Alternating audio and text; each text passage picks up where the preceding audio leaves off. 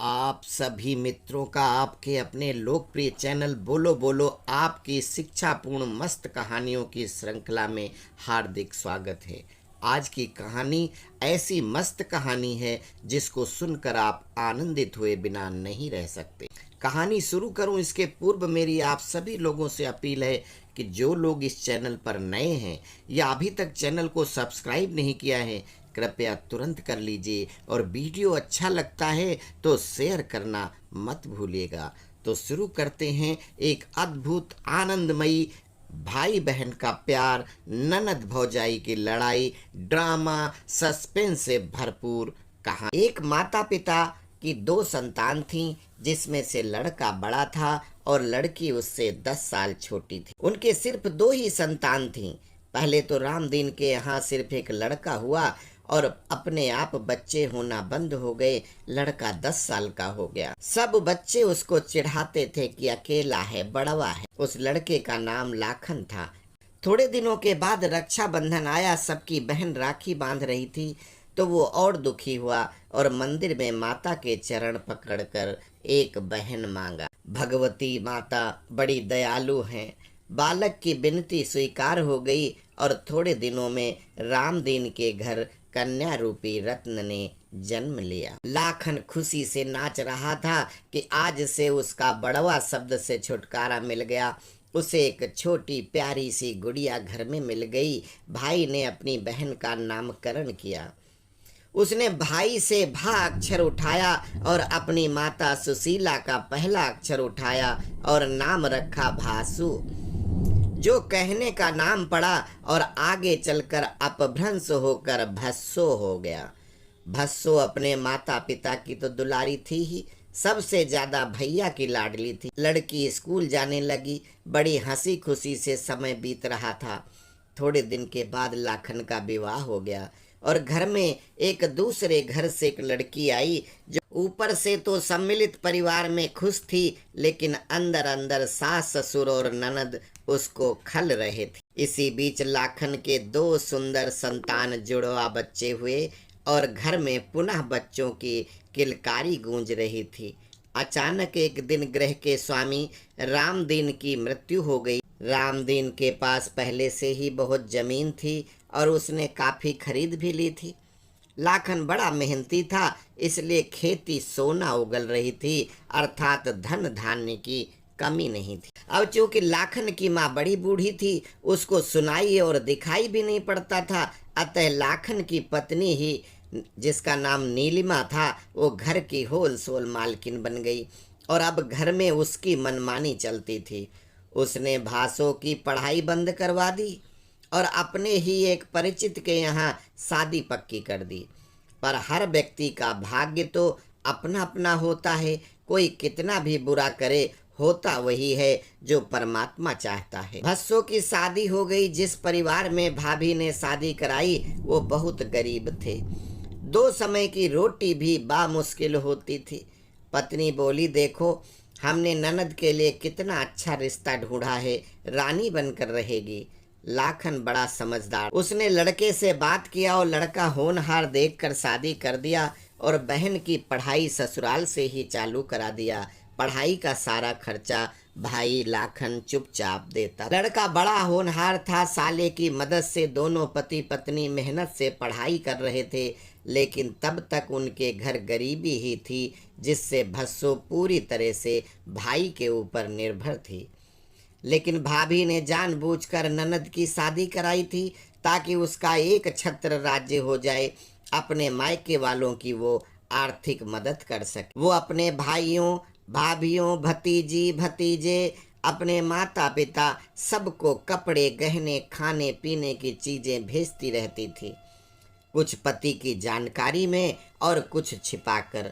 लाखन बड़ा परेशान था कि ससुराल वाले ठीक ठाक कमाई करते हैं, अपनी कमाई बचाते हैं और अपनी बहन को मूर्ख बनाकर हमारे घर को लूट रहे हैं, लेकिन वो करे भी तो क्या करे। पत्नी से कुछ कह दे तो गृह क्लेश हो जाए, जिससे गांव और मोहल्ले में उसकी बदनामी हो।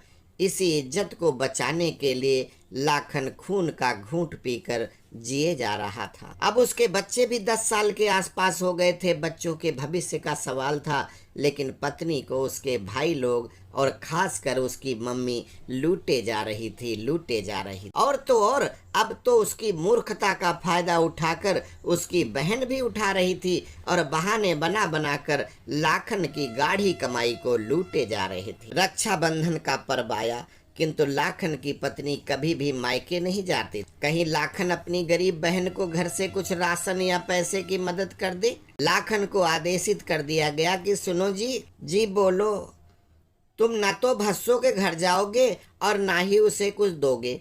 अगर वो राखी में आई तो उसको जो भी देना होगा हम देंगे। हम तो चाहते ही नहीं कि ये बेफजूल की राखी बंधवाने का त्योहार मनाया जाए। खुद कुछ करते नहीं, बस मुंह उठाया और राखी का बहाना बनाया और चल पड़ी भीख मांगने। मैं तो कभी नहीं जाती राखी मनाने। अपने मायके पर तुम्हारी लालची बहन आ जाएगी भीख मांगने के लिए। आज पति देव को अपनी बहन के लिए ऐसी बात सुनकर क्रोध आया, किंतु फिर भी समाज में चीख पुकार न हो, बेइज्जती न हो, इसलिए धीरे से बोले, मेरी बहन सिर्फ भाई बहन के त्योहारों पर आती है और मैं उसको क्या देता हूँ। जितना वो खर्च करके इतनी दूर आती है उतना भी तुम नहीं देती उसको।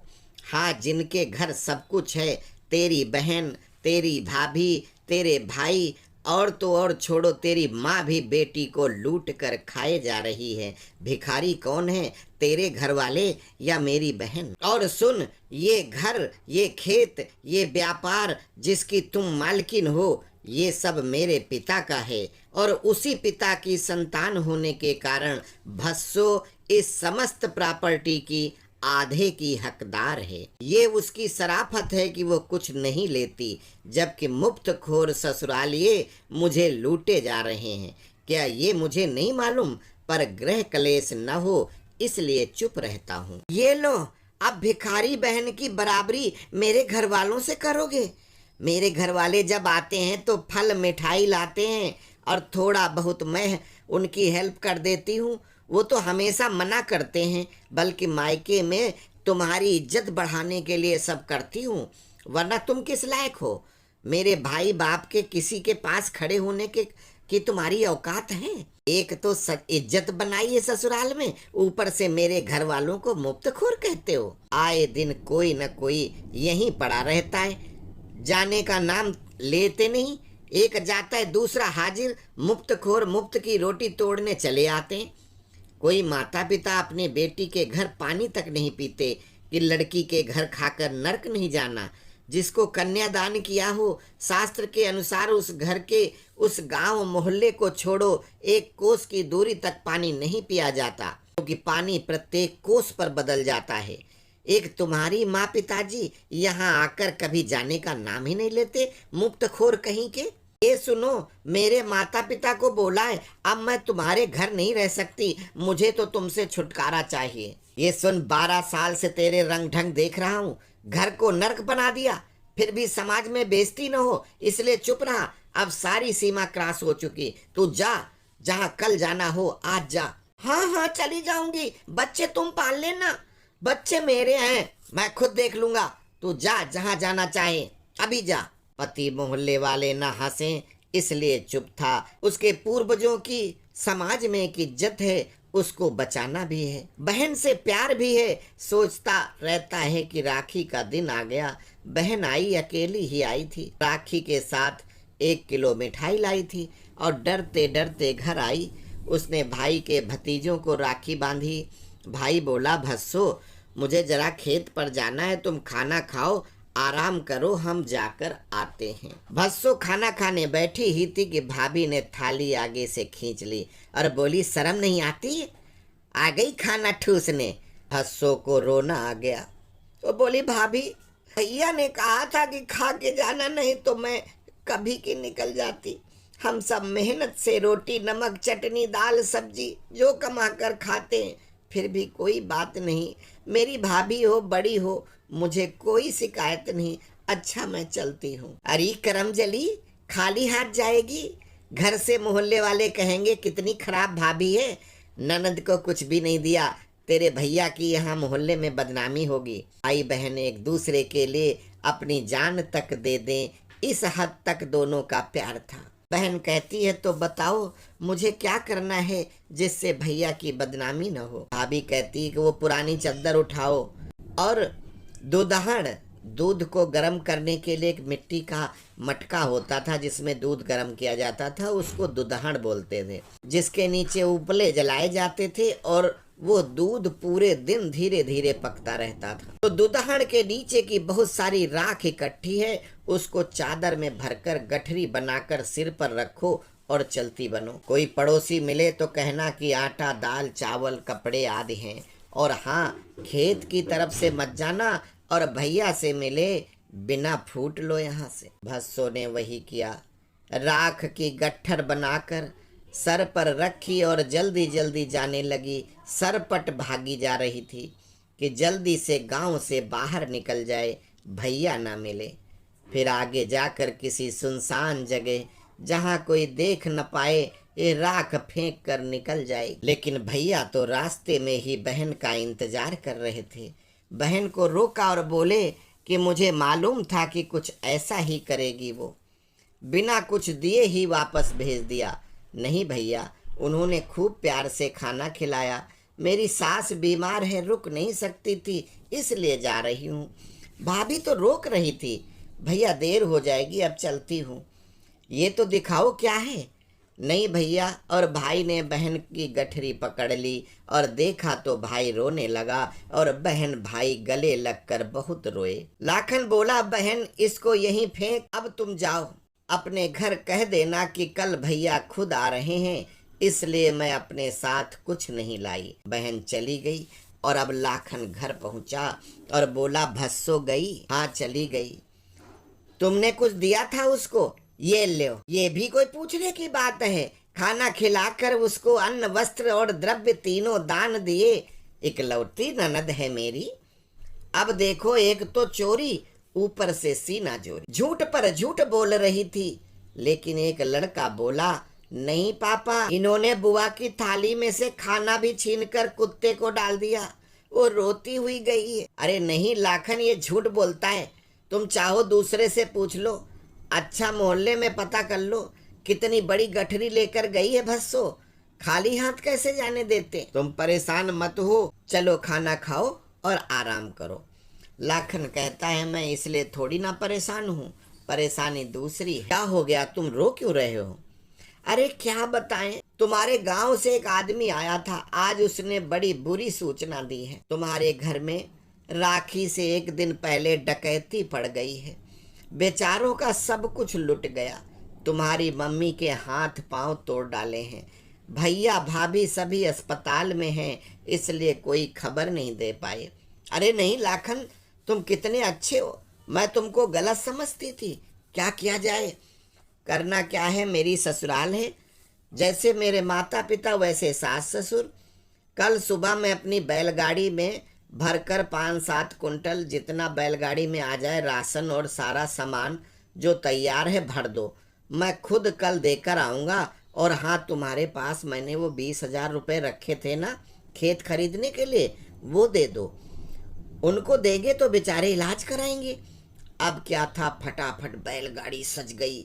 उसमें जितना आ सकता था सब गेहूं दाने, चावल, घी, अचार, मूंगफली, बादाम, काजू, पिस्ता सभी कुछ भर दिया। जानबूझकर बहुत सारे डिब्बे, बोरी, कट्टे, थैले बने।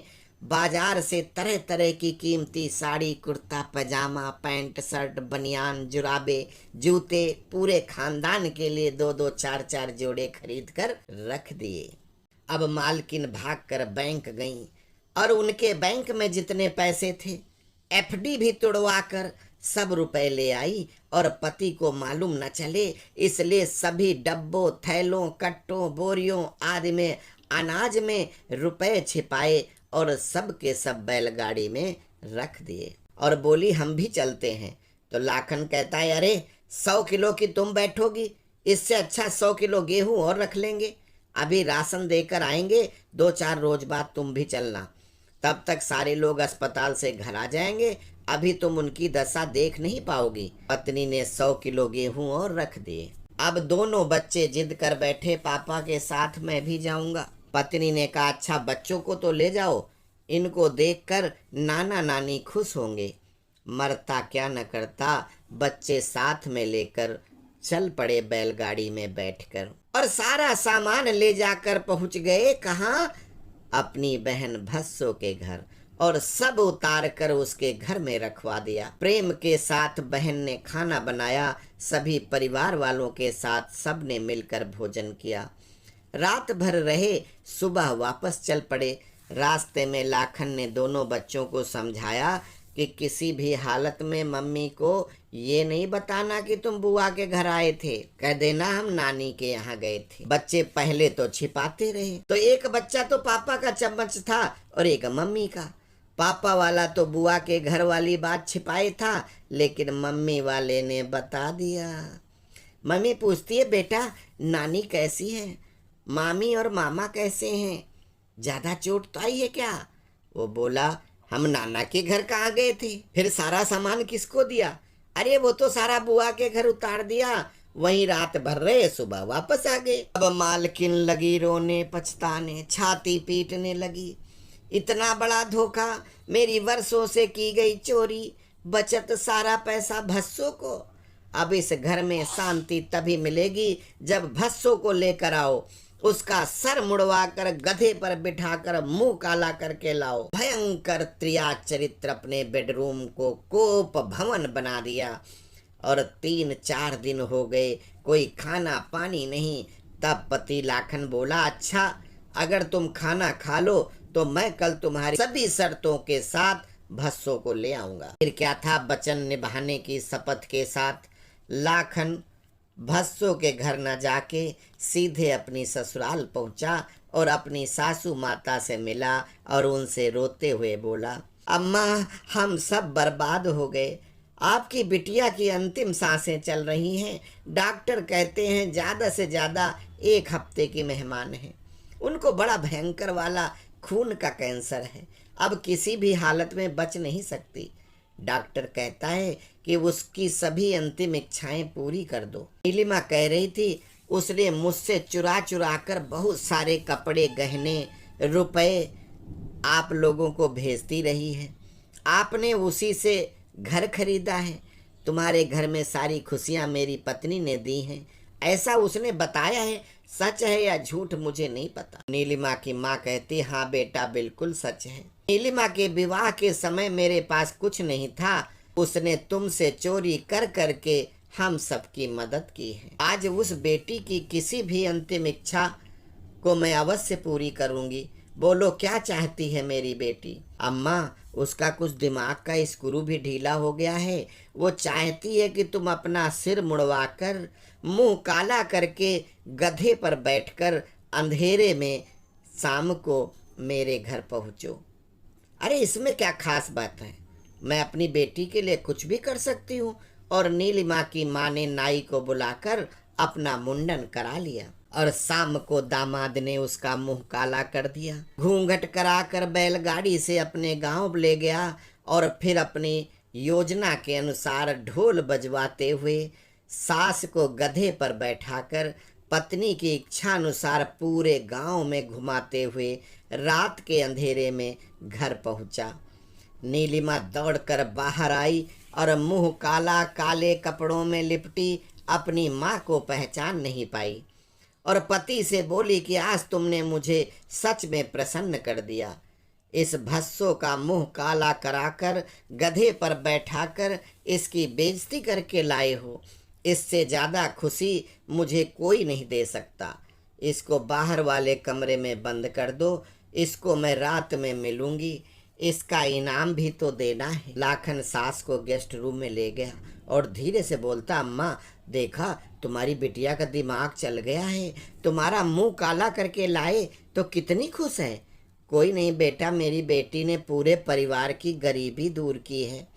आज थोड़ी पागल हो गई, हम वही करेंगे जो तुम कहोगे, बस मेरी बिटिया ठीक हो जाए। दामाद कहता है वो ठीक हो जाएगी, लेकिन वो कुछ भी पूछे तुम बोलना नहीं, किसी भी हालत में बुढ़िया बोली, ठीक है दामाद जी। अब भूखी प्यासी बैठी कैदी की तरह उसको चेक करने की पूछताछ करने आधी रात को उसकी बेटी पहुंची और उसने जो भी पूछा, लेकिन वो बुढ़िया कुछ बोली नहीं। क्या मौन व्रत रखे करमजली? लेकिन बुढ़िया फिर भी नहीं बोली।